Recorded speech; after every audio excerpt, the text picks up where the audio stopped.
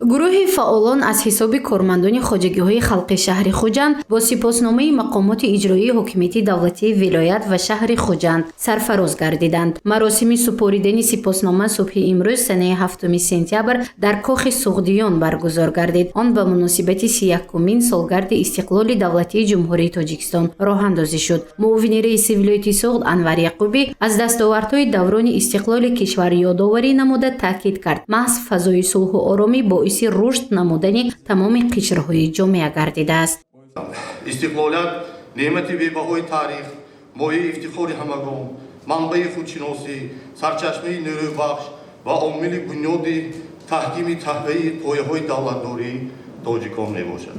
از این خاطر مهم بودن استقلال و آزادی دولت ملی، صلح و آرامی، ثبات سیاسی و وحدت ملی را درک نموده جهت تحکیم و تقویت بخشیدن نظام دولتداری دموکراتیک و حقوق بنیاد دنیوی سهم وطندوستانه گذارید.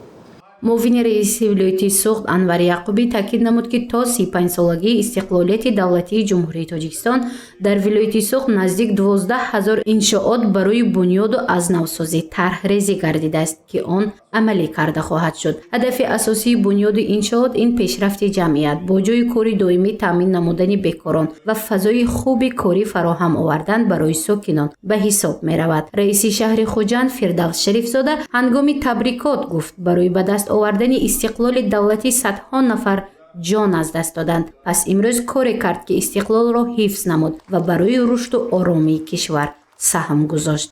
واقعا اقدام بشردوستانه از جانب سرور تازه انتخابی تاجیکان و حکومت تاجیکستان پیشکش گردیده نخستین خشت دیوار صلح و آشتی ملی و وحدت مردم تاجیک در اجلاسی 16 شورای عالی جمهوری تاجیکستان گذاشته شد. بزرگترین نعمت و دستاورد مردم تاجیک در این دوره پیش از همه صاحب شدن به استقلالیت دولتی، بنیاد دولت نوین و صاحب استقلال، خاتمه گذاشتن به جنگ تحمیلی شهروندی، تأمین صلح و ثبات در جامعه، قدم‌های استوار در راه تحکیم استقلالیت اقتصادی، فرهنگی، غایوی و نائل شدن به مقام شایسته در عرصه جهان محسوب می‌یابد. تاکید کرده شد که تاجیکستان صلح و استقلالیت را به آسانی به دست نآورده است، زیرا بعد پاش خوردن کشورهای سابق عضو اتحاد دولتی شوروی ملت تاجیک در ورطه نابود شوی بود، زیرا در این منطقه جنگ برادرکش سر زده باعث درگیری ها گردید. اما بر اثر سیاست پرزیدنت کشور امامعلی رحمان انتخاب شده با تشکیل گفت و شنیدها با مخالفین سازشنامه صلح را به امضا رساند. اجلاس 16 شورای عالی را تشکیل و برگزار نموده تاجیکستان را همچون دولت دموکراتیک و حقوق بنیاد اعلان کرد.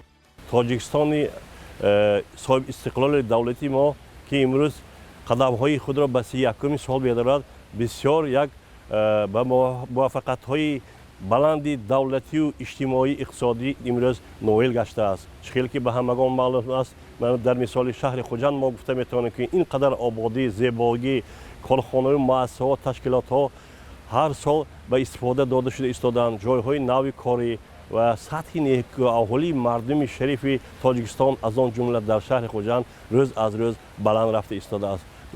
من به مثال گفته میتوانم من مردم ما امروز ها خانه‌های نو بنیاد کرده ایستادند، بچه فرزندها دانشکده‌های عالی به دانشکده‌های خارجی به خواندن رفته ایستادند و سطح زندگی هر یک مردم بهتر شده است. این از آن شهادت می‌دهد که سیاست خردمندانه اساسگزار صلح و وحدت ملی پیشوای ملت پرزیدنت جمهوری تاجیکستان محترم امامعلی رحمان بود که امروز دولت و حکومت تاجیکستان برای خلق عزیز، برای مردم شریف تاجیکستان اینقدر شرایط‌های بهترین را مهیا کرده ایستاده است.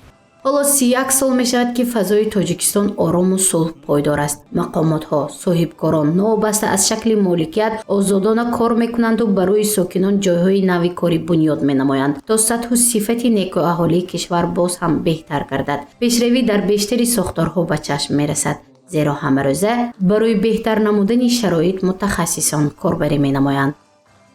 سالهای آخر بسیار تجهیزات‌های техникӣ ва тиббиро дастрас намудем ва инро мо ҳамамон кормандони соҳаи тиб ҳис карда истодаем.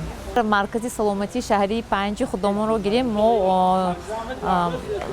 ташхиси ультрасадогӣ гирифтем, бисёр таҷҳизотҳо барои ҳуҷраи физиотерапевтӣ гирифтем, бисёр таҷҳизотҳо барои ҳуҷраи гӯшу гулӯи бинӣ гирифтем, ки ин хеле дастоварди калон мебошад барои мо. бояд таъкид намуд, ки дар ин чорабинӣ беш аз 80 нафар фаъолон аз корхонаҳои хурду бузурги шаҳри Хуҷанду вилоят бо сипосномаи мақомоти иҷроии ҳокимияти давлатии вилояти Суғд ва шаҳри Хуҷанд қадрдонӣ шуданд. Ин гурӯҳ барои рушд ва пешрафти кишвар саҳм гузоштанд. чунин ифтихорнома ба Азизов Акрамхоҷа Усмонхоҷаевич, директори генералии ширкати телевизион ва радиошунаводии Симони Мустақими Якум.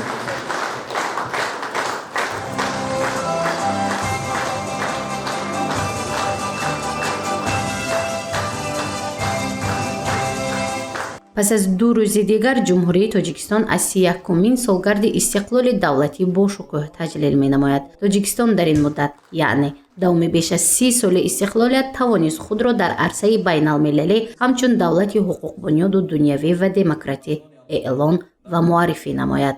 гузориши Мафнушкур ва Наимҷон Оюбов барои барномаи иттилооти хабар.